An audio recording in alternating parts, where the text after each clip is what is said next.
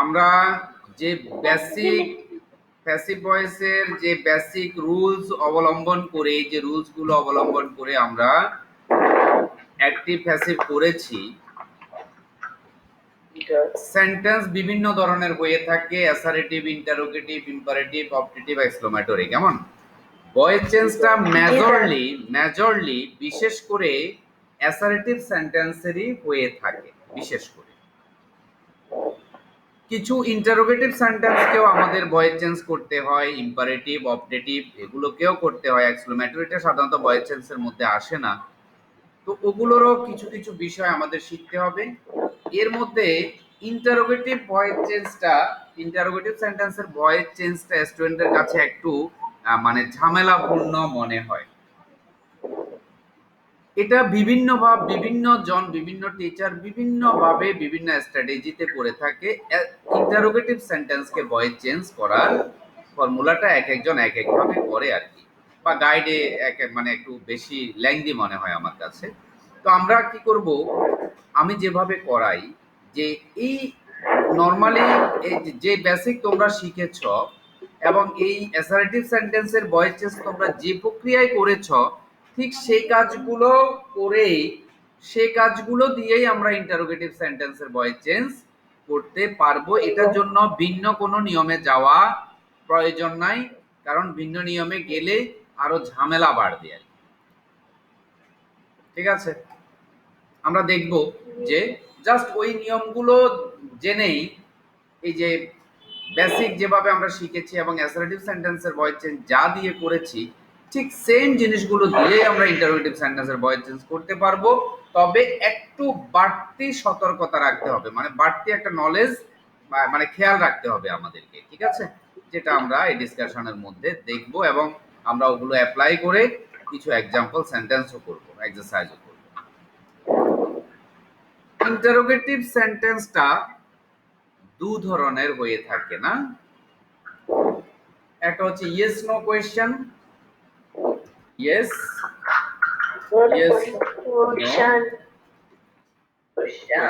No, আরেকটা হচ্ছে WS question.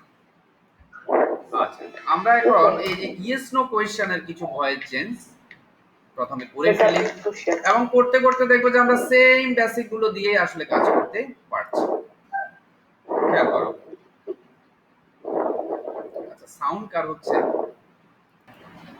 আমরা কিছু অ্যাক্টিভ ইয়েস নো কোয়েশ্চেন প্রথমে করব। ইয়েস নো কোয়েশ্চেন যেগুলো অক্সিলিয়ারি ভার্ব দিয়ে শুরু হয়, সেই সেন্টেন্সকে আমরা প্যাসিভ কিভাবে করতে পারি সেটা দেখব। সাউন্ড কার হচ্ছে রে বাবা? মৃদুলা, তোমার অডিওতে শো সাউন্ড হচ্ছে কি? আচ্ছা, আমরা জানি যে yes no question auxiliary verb দিয়ে শুরু হয়, অর্থাৎ সাবজেক্টের আগে অক্সিলিয়ারি ভার্ব থাকে। আচ্ছা, একটু মানে খুব মনোযোগ দিয়ে দেখতে হবে আমাদের এই ইন্টারোগেটিভ সেন্টেন্সের কাজটা। যেমন আমরা ক্যান ইউ হেল্প মি, এটা একটা প্রশ্ন ধরো। আবার আরেকটা সেন্টেন্স আমরা দিলাম, are you learning English well, প্রশ্ন। হ্যাভ ইউ, আচ্ছা দে দিই এখানে, দে ডান দেয়ার ওয়ার্ক। ধরো এই তিনটা সেন্টেন্স আমরা নিলাম এক্সাম্পল হিসেবে, এবং এগুলো সবগুলোই হচ্ছে ইয়েস নো কোয়েশ্চেন। অর্থাৎ ইয়েস নো কোয়েশ্চেন তো এটা জানো তোমরা যে এই অক্সিলিয়ারি ভার্ব দিয়ে যে প্রশ্নগুলো করা হয়, মানে বাক্যের প্রথমে অক্সিলিয়ারি ভার্ব, অর্থাৎ সাবজেক্টের আগে অক্সিলিয়ারি ভার্ব থাকলে এইভাবে এই গঠনে যে প্রশ্নগুলো করা হয়, এই প্রশ্নগুলোর উত্তর ইয়েস অথবা নো দিয়ে দেওয়া যায়। যেমন ক্যান ইউ হেল্প মি, তুমি কি আমাকে সাহায্য করতে পারো, আমরা উত্তর দিতে পারি ইয়েস অথবা নো, কিছু একটা বললেই হলো।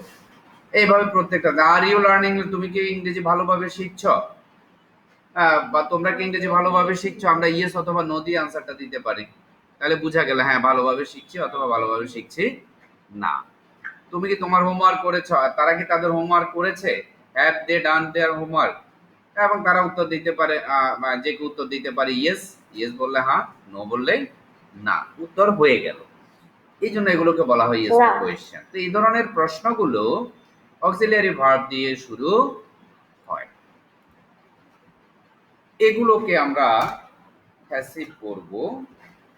একেবারেই মানে গত কয়েকটি ক্লাসে আমরা যেভাবে ভয়েস শিখেছি, অ্যাসার্টিভ সেন্টেন্সকে ভয়েস চেঞ্জের যে ফর্মুলা শিখেছি, সেই ফর্মুলা প্রয়োগ করেই আমরা দেখব, ঠিক আছে? তো এর মধ্যে তোমরা যেহেতু ক্লাসে ছিলা, আর কেউ যদি ক্লাস মিস করে থাকো তাহলে ওই বেসিকের অর্থাৎ প্রথম ভিডিওটা আমাদের দেখে আসতে হবে, প্রথম এক দুইটা ক্লাস দেখতেই হবে। আচ্ছা, তো আমরা পাঁচটি কাজ কি করি, পাঁচটি কাজ কি করি, এই যে পাঁচটি কাজ কি কি, পাঁচটি কাজ,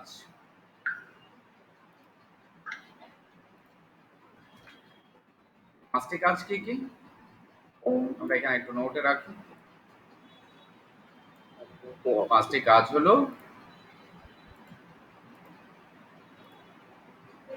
প্রথমে অবজেক্টকে সাবজেক্ট করি, এখানেও আমরা ওই যে বি শর্ট, যেটা বি শর্ট যে কথাটা বলি আমরা, বি শর্ট যেটা বলে থাকি, যে subject verb subject object tense, এই জিনিসগুলো আমরা প্রশ্ন থেকে জেনে নেব। বলো তো এখানে সাবজেক্ট কি, ক্যান ইউ হেল্প মি, এই বাক্যে সাবজেক্ট কি? ইউ ইউ ইউ হচ্ছে সাবজেক্ট, ফাইন, ওকে। আচ্ছা, ইউ ভার্ব কি, ভার্ব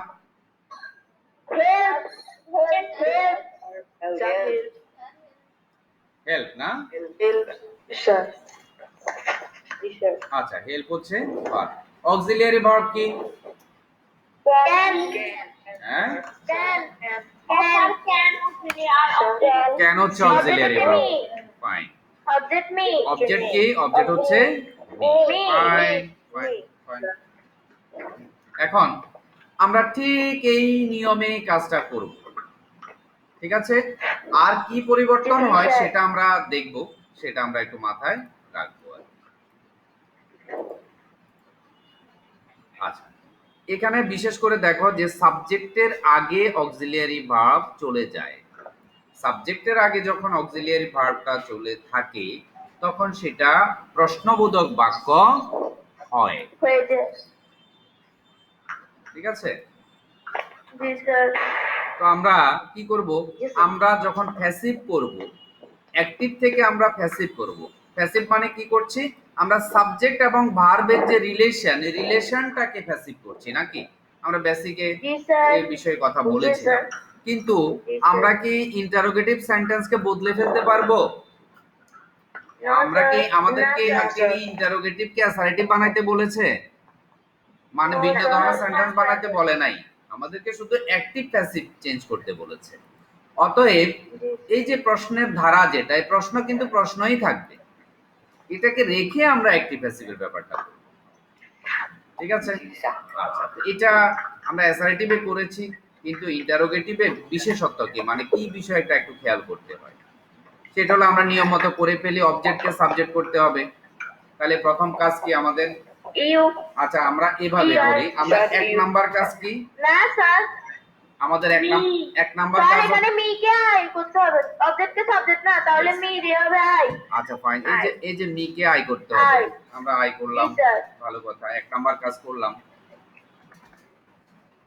এরপরে অক্সিলিয়ারি থাকলে বসাবো, সেটা ম্যাচ করে বসাবো।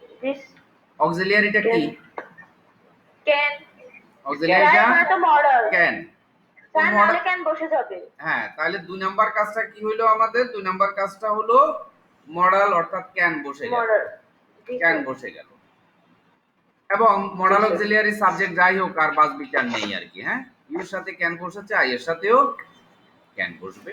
ক্যান বসবে। এখন এরপর তিন নাম্বার কাজ কি, বি ভার স্যার বসাবো। বি লিখবো স্যার বি আচ্ছা বি ভার বসাবো। বি হবে স্যার বি হবে আচ্ছা স্যার মডেলস আছে তো আচ্ছা তাহলে তার জন্য মডালস B। আছে, সরাসরি বি ভার্বের বি বসলো। বি ওকে, এবার জি, স্যার। এটা কয় নাম্বার কাজ? এটা 3 নাম্বার কাজ হলো। ফাইন। 4 নাম্বার স্যার কাজটা এবার কি? লিখবো হেল্প হবে স্যার হেল্প 4 নাম্বার স্যার কাজটা ইডি হবে, যুক্ত করবো 4 নাম্বার স্যার কাজটা ইডি হবে যুক্ত করবো হেল্পের জি স্যার সাথে ইডি ইডি যুক্ত করে এটাকে ভার্ব ইডি বানানো হলো, কেমন? আচ্ছা আচ্ছা মানে ফার্স্ট পার্টিসিপল হলো। 5 নাম্বার কাজটা স্যার কি? বাই যোগে সাবজেক্ট কো অবজেক্ট করবো তাহলে 5 স্যার কাজ বাই হলো, ইউ বাই ইউ আচ্ছা বাই ইউ বাই ইউ হয়ে গেল। এবং শেষে বাই কি? ইউ শেষে কি একটা প্রশ্নবোধক চিহ্ন থাকবে না? এই যে প্রশ্ন। জি স্যার আচ্ছা একটু মনোযোগ দিয়ে দেখতে হবে। দেখো আমরা 5টি কাজ কিন্তু সাজিয়েছি, 5টি কাজ সাজিয়েছি, ঠিক না? কারণ জি স্যার যেভাবেই তুমি ভয়েস করো না কেন, সাবজেক্ট বা রিলেশন অ্যাক্টিভ থেকে প্যাসিভ করতে হলে তোমাকে এই কাজগুলো সর্বক্ষেত্রেই করতে হবে, কিন্তু সেন্টেন্স ভেদে একটু একটু ভিন্নতার প্রয়োজন হয়। তো এখানে ভিন্নতাটা কি? এই যে ইন্টারোগেটিভ সেন্টেন্সের ক্ষেত্রে এই ইয়েস নো কোয়েশ্চেনের ক্ষেত্রে এটার ভিন্নতা কি? ভিন্নতাটা হলো, দেখো আমরা এবার এই যে এক নাম্বার কাজে জাস্ট বাড়তি কথাগুলো উঠিয়ে দিই। 1 নাম্বার কাজ এটা বাদ, শুধু কাজটা রাখলাম, নাম্বারিংটা উঠিয়ে দিলাম। কাজটা রাখলাম, নাম্বারিংটা উঠিয়ে দিলাম। এটা হচ্ছে আমাদের সেন্টেন্স। কিন্তু দেখো এটা এখানে অক্সিলিয়ারি ভার্বটা সাবজেক্টের আগে আছে, ঠিক নেই? হ্যাঁ, কিন্তু এখানে আমরা যখন সিরিয়ালি কাজগুলো করেছি তখন অক্সিলিয়ারি ভার্বটা সাবজেক্টের পরে চলে এসেছে, ঠিক না? যখনই পরে চলে এসেছে তখনই এটা অ্যাসারেটিভ হয়ে যাচ্ছে, এটা জি স্যার অ্যাসারেটিভ হয়ে যাচ্ছে। কিন্তু আমাদেরকে কি অ্যাসারেটিভ করতে বলেছে নাকি ভয়েস চেঞ্জ করতে বলেছে? ভয়েস চেঞ্জ হ্যাঁ, তো ভয়েস চেঞ্জ যদি করতে বলে তাহলে আমরা ভয়েস চেঞ্জের জন্য যা যা দরকার 5টি কাজই কিন্তু করেছি, করি নাই?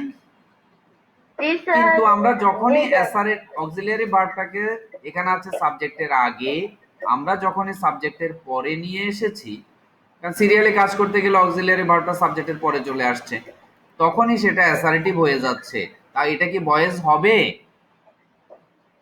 না স্যার তাহলে এখানে যে প্যাটার্নটা আছে, প্রশ্নবোধকের যে প্যাটার্নটা, সেই ধারা আমাদের রাখতে হবে।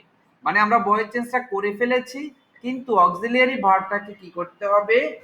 কেটে নিয়ে সাবজেক্টের আগে বসাতে হবে। তার মানে এই যে দেখো, এই সাবজেক্টের আগে অক্সিলিয়ারি ভার্ব, এই সাবজেক্টের আগে অক্সিলিয়ারি ভার্ব, আর পর্যায়ক্রমে 5টি কাজ কিন্তু আমরা করে ফেলেছি। ওকে, তার মানে আসলে আমাদের ভয়েস চেঞ্জ হয়ে গেছে। কিন্তু ভয়েস চেঞ্জটা আমরা কিভাবে করেছি? আমরা কি আগের নিয়মে করি নাই? বলো, যে নিয়মে আমরা অ্যাসারেটিভ করি সে নিয়মে কি করি নাই, নাকি ভিন্নভাবে করেছি? এই যে 5টি কাজ, এই যে 5টি কাজ, এই 5টি কাজ দিয়ে তো আমরা অ্যাসারেটিভ করেছি নাকি? অ্যাসারেটিভ সেন্টেন্সের ভয়েস চেঞ্জ এই 5টি কাজ দিয়েই করেছি। তো এখনো তো সেম কাজগুলো করেই আমরা এই ইন্টারোগেটিভের ভয়েস চেঞ্জটা করলাম। শুধু আমরা কি মাথায় রাখলাম যে অক্সিলিয়ারি ভার্বটাকে কি করতে হবে? বসানোর সময় আমরা বুঝার জন্য এটা পরে বসিয়েছিলাম আর কি। কিন্তু তোমরা কি করবে? অক্সিলিয়ারি ভার্বটাকে যাই করো না কেন, অক্সিলিয়ারি ভার্বটাকে সাবজেক্টের আগে বসিয়ে দিবে। ওকে, এবং সেটা বড় হাতের হবে, এবং বাক্যের শেষে এই যে প্রশ্নবোধক চিহ্ন সেটাও দিতে হবে।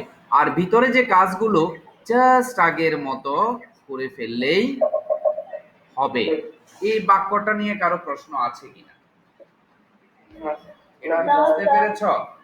এখানে মূল ব্যাপারটা হচ্ছে শুধু অক্সিলিয়ারি ভার্বের আগে সাবজেক্ট আছে।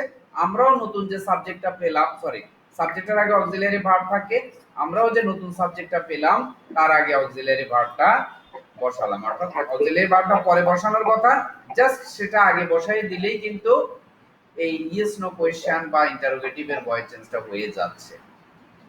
এটা ক্লিয়ার? আচ্ছা, এটা ক্লিয়ার কিনা? এরা আমরা পরের বাক্যে বুঝতে পারবো। খেয়াল করো, বলো এখানে সাবজেক্ট কি, ভার্ব কি এই বাক্যে? লার্নিং। লার্নিং হচ্ছে ভার্ব। ফাইন, এটা হচ্ছে ভার্ব। সাবজেক্ট কি? সরি, হ্যাঁ, ভার্বের সাথে অক্সিলিয়ারি ভার্ব আছে। ইউ হচ্ছে সাবজেক্ট, অক্সিলিয়ারি ভার্ব আছে, আর হচ্ছে অক্সিলিয়ারি ভার্ব। ফাইন। অবজেক্ট আছে, ইংলিশ। ইংলিশ। ইংলিশ না আচ্ছা, কেউ বলছে লার্নিং ইংলিশ। লার্নিং ইংলিশ কে বলেছো?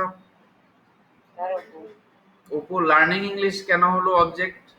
তাহলে ভার্ব কি? তাহলে আবার লার্নিং ইংলিশ অবজেক্ট কিভাবে হয়? তো ইংরেজি শেখা পুরো কথাটা কি অবজেক্ট হবে? এতদিন ধরে কি শিখলা? মানে ছাদে বাতাস খাইতে খাইতে ছাদে সব মিলিয়ে গেছে, কেমন? ভালো, খুব ভালো, খুব ভালো। তো লার্নিং এ লার্ন হচ্ছে ভার্ব, এটা আমরা আইডেন্টিফাই করলাম। এরপর আবার লার্নিং ইংলিশ অবজেক্ট হয় কি করে? কথা এতদিন কি ছিল যে ভার্বের যে কাজ, মানে যে ওয়ার্ড দিয়ে কাজ বোঝায় সেটা ভার্ব। এই ভার্বের পরে যে নাউন বা প্রনাউন বা নামবাচক শব্দ যেটা থাকবে সেটা হচ্ছে অবজেক্ট। তাহলে এখন কথা নড়চড় হচ্ছে কেন? এখন লার্নিং ইংলিশ কি করে অবজেক্ট হয়ে যাচ্ছে? তাহলে লার্নিং ইংলিশ যদি অবজেক্ট হয় তাহলে ভার্ব এর দিক দিয়ে আরেকটা আছে নাকি ভার্ব? আচ্ছা বলো তো, অবজেক্ট এখানে ইংলিশ, অবজেক্ট এখানে ইংলিশ নাকি ইংলিশ ওয়েল? ইংলিশ। শুধু ইংলিশ, এটা জানলে কনফিডেন্স থাকবে আর কি। ওয়েল মানে ভালোভাবে, শেখার কাজটি কিভাবে করা ব্যাপার আসছে সেটা, এটা অ্যাডভার্ব, এটা বাড়তি শব্দ, এটা ভার্বের পরে বসে যাবে। বাকি অংশ। হ্যাঁ, বাকি অংশ বা বাড়তি শব্দ, এটার সাথে আমাদের ভয়েসের সম্পর্ক নাই। ভয়েসের সম্পর্ক সব সময় ভার্ব, এই সাবজেক্ট, এই অবজেক্ট, ব্যাস, অক্সিলিয়ারি ভার্ব এবং এটার সাথে টেন্সের যে ব্যাপার, এগুলো দিয়ে আমাদের ভয়েস করতে হবে। বাড়তি শব্দ টব্দ নিয়ে চিন্তা করার দরকার নেই। এই যে এখন অপু যে লার্নিং ইংলিশকে বলেছে অবজেক্ট, এই যে সিলেকশন, এবার সে হাজার নিয়ম প্রয়োগ করলেও এ ভয়েস শুদ্ধ করে করতে পারবে না। কারণ ওই যে ভিসর্ট যেটা বললাম, ভার্ব, সাবজেক্ট, অবজেক্ট এবং ভার্বের টেন্স, এই চারটি জিনিস যদি শনাক্ত করা না যায়, হাজার নিয়ম প্রয়োগ করলেও কোনো বেনিফিট হবে না। আচ্ছা, এই বাক্যটি যদি তোমরা বুঝে থাকো পূর্বেরটা, তাহলে অবশ্যই এটা নিজেরা করতে পারবে। বলো এই বাক্যের আনসার আমরা কি লিখবো? জি স্যার।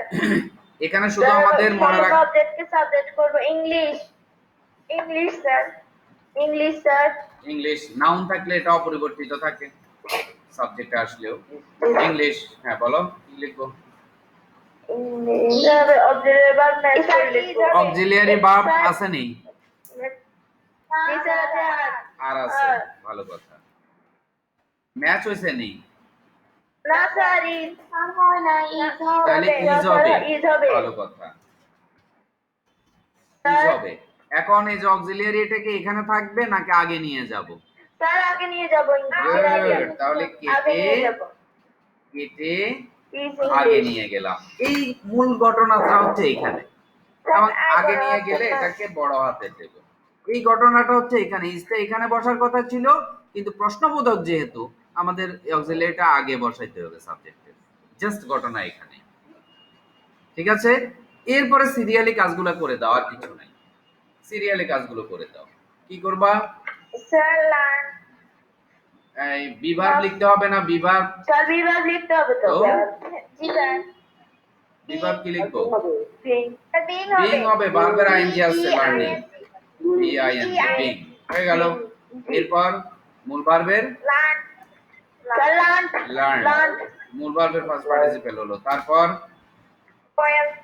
বাড়তি শব্দ থাকলে সেটা, তারপর এরপর বাই যোগে ইউ থাকবে অবজেক্টিভ, এবং প্রশ্নবোধক বসবে। ব্যাস হয়ে গেল, এই যে ভয়েস হয়ে গেল। তার মানে আমরা ঠিক আগের মতোই করলাম সবকিছু, অ্যাসার্টিভ এর স্টাইলেই করলাম। জাস্ট ইসটা এখানে বসার কথা ছিল, আমরা এটাকে ধরে আগে বসিয়ে দিলাম, কারণ প্রশ্ন মেনটেন করতে হবে। ক্লিয়ার? এটা বোঝা গেল? এটা কি কঠিন না সহজ? কঠিন না সহজ বলো? সহজ সহজ, আসলে সহজ। কারণ আমরা একই ফর্মুলা অবলম্বন করেই করছি, এই কারণেই সহজ। যে সাধারণভাবে স্বাভাবিকভাবে যেভাবে ভয়েস হয় সেই প্রক্রিয়াতেই আমরা ইন্টারোগেটিভটা করছি। কিন্তু বেশিরভাগ ক্ষেত্রে আমরা যেটা দেখি ইন্টারোগেটিভের ভয়েস চেঞ্জের জন্য অনেক নিয়ম কানুনের বিষয়টি চলে আসে, ফলে এটা বুঝতে অনেক কষ্ট হয় আর কি। আচ্ছা, আরো একটি এক্সাম্পল করে ফেলি। Have they done their homework? Have they done their homework? বলো এটা। হ্যাঁ, এখানে বলো এই ভার্ব কি? ভার্ব হচ্ছে ডান। ভার্ব হচ্ছে ডান। অক্সিলিয়ারি ভার্ব, ভার্বের সাথে আমরা অক্সিলিয়ারিটাও ঠিক করে ফেলবো। অক্সিলিয়ারি হচ্ছে have. Have, fine. Have sir have. তারপরে সাবজেক্ট হচ্ছে দে, অবজেক্ট হচ্ছে দেয়ার। অবজেক্ট হচ্ছে দেয়ার। বাকি অংশ হচ্ছে হোমওয়ার্ক। জি স্যার।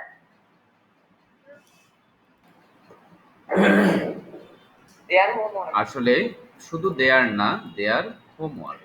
তাদের, আমি করেছি তাদের, তাদের পর্যন্ত বলে কি শেষ? কি করলাম? তাদের করলাম না, তাদের হোমওয়ার্ক করলাম। হ্যাঁ, তারা তাদের করলো না, তাদের হোমওয়ার্ক করলো। তাহলে পুরো কথাটা আসতে হবে না? তাদের। অর্থাৎ আমি বলেছি যে পসেসিভ কেস যদি থাকে, দেয়ার, ইওর, মাই, হ্যাঁ, হিজ, হার, তখন তারপরে নাউনটা সহ আমাদের অবজেক্টটা ধরতে হবে, ওই ওয়ার্ড এবং তার সাথে নাউনটা। ঠিক আছে? তার মানে দেয়ার হোমওয়ার্ক এটা চলে আসছে আমাদের অবজেক্টে। দেয়ার হোমওয়ার্ক এটা আমরা জাস্ট কপি করে নিয়ে আসলাম। ঠিক আছে? এবং এই যে দেয়ারটা তিনটা বড় হাতের, না? ভালো কথা। অবজেক্টকে সাবজেক্ট করলাম, এবার তার আগে অক্সিলিয়ারি ভার্ব বসাবো। কি এখানে হ্যাভ আছে নাকি? এখানে হ্যাভ আছে, এই হ্যাভটাকে আমরা আনলাম। আচ্ছা, এটা ছোট হাতের করি। এখন এই হ্যাভটা আগে ম্যাচ করে নিই আমরা। আরে বাবারে, আগে ম্যাচ করে নিই না। এখানে দের সাথে যে অক্সিলিয়ারি ছিল, এই নতুন সাবজেক্টের সাথে অক্সিলিয়ারি একই থাকবে কিনা সেটা কি আমরা জানি? সেটা তো হিসাব করে নিতে হবে। তোমরা যেন ভুল না করো সেই জন্য হিসাবটা আমি এইভাবে দেখাচ্ছি। তোমরা যদি জেনে থাকো একবারেই করে ফেলবে। তাহলে হ্যাভ কি হোমওয়ার্ক, এটা কি সিঙ্গুলার না প্লুরাল বলো তো? হোমওয়ার্ক, এই ওয়ার্ক কি গণা যায়? বাড়ির কাজ, এই কথাটা কি গণা যায়? এই জিনিসটা গণা যায়? এটা তো একটা কাজ। না স্যার। দেয়ার হোমওয়ার্ক এটা হচ্ছে যে যে হোমওয়ার্কটা টিচার দিয়েছিল সেই হোমওয়ার্কটা, এটা হচ্ছে কম্বাইন্ড ওয়ার্ক একটা। ঠিক আছে? সবাই মিলে করছে যার যার মতো করে, কিন্তু ওয়ার্ক তো একটা। অতএব এটা সিঙ্গুলার। অতএব এখানে হ্যাভ হবে নাকি অন্য কিছু হবে?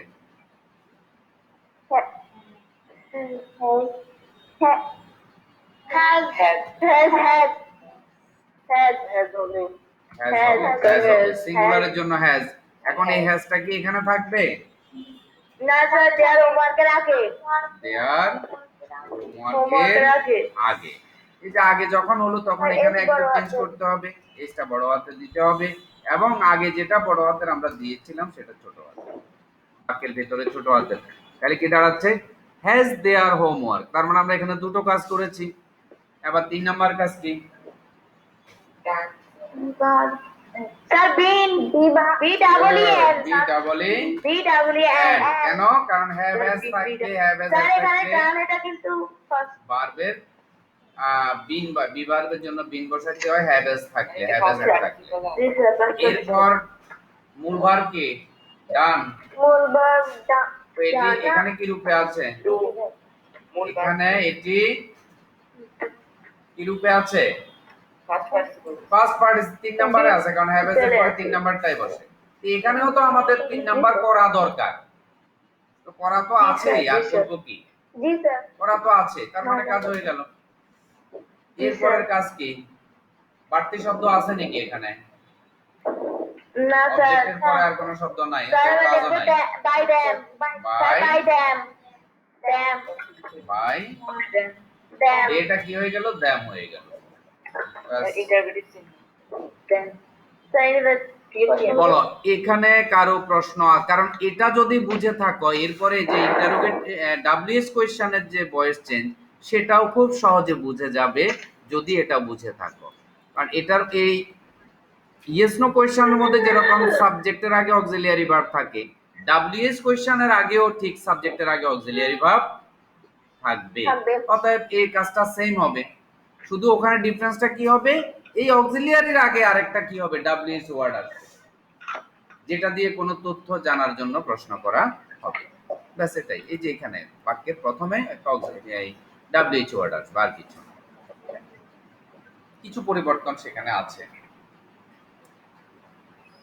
এটা তো বুঝেছো নাকি? এ পর্যন্ত কারো প্রশ্ন আছে কিনা? No, sir. No, sir.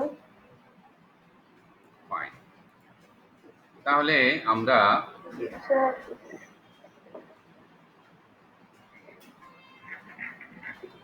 এখন ডাব্লিউএস কোয়েশ্চেন মানে সেম কাজ, সেম কাজে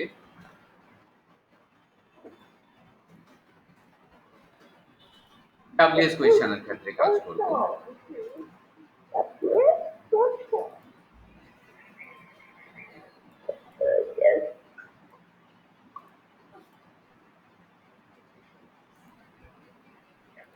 এটা কি আগে করেছিলাম আমরা ইয়েস নো কোয়েশ্চেনের, এখন করব আমরা ডাব্লিউ এইচ কোয়েশ্চেনস, এটা ভয়েস চেঞ্জ করব। তো ডাব্লিউএইচ ওয়ার্ড গুলো কি কি আসে? What, who, where, how, which, how, why, which. আচ্ছা আমরা এই ডাব্লিউএইচ কোয়েশ্চেনের বিষয়টি ইয়ে করি, আমরা একটু পরবর্তী ভিডিওতে নিয়ে যাই, এটা বেটার হবে।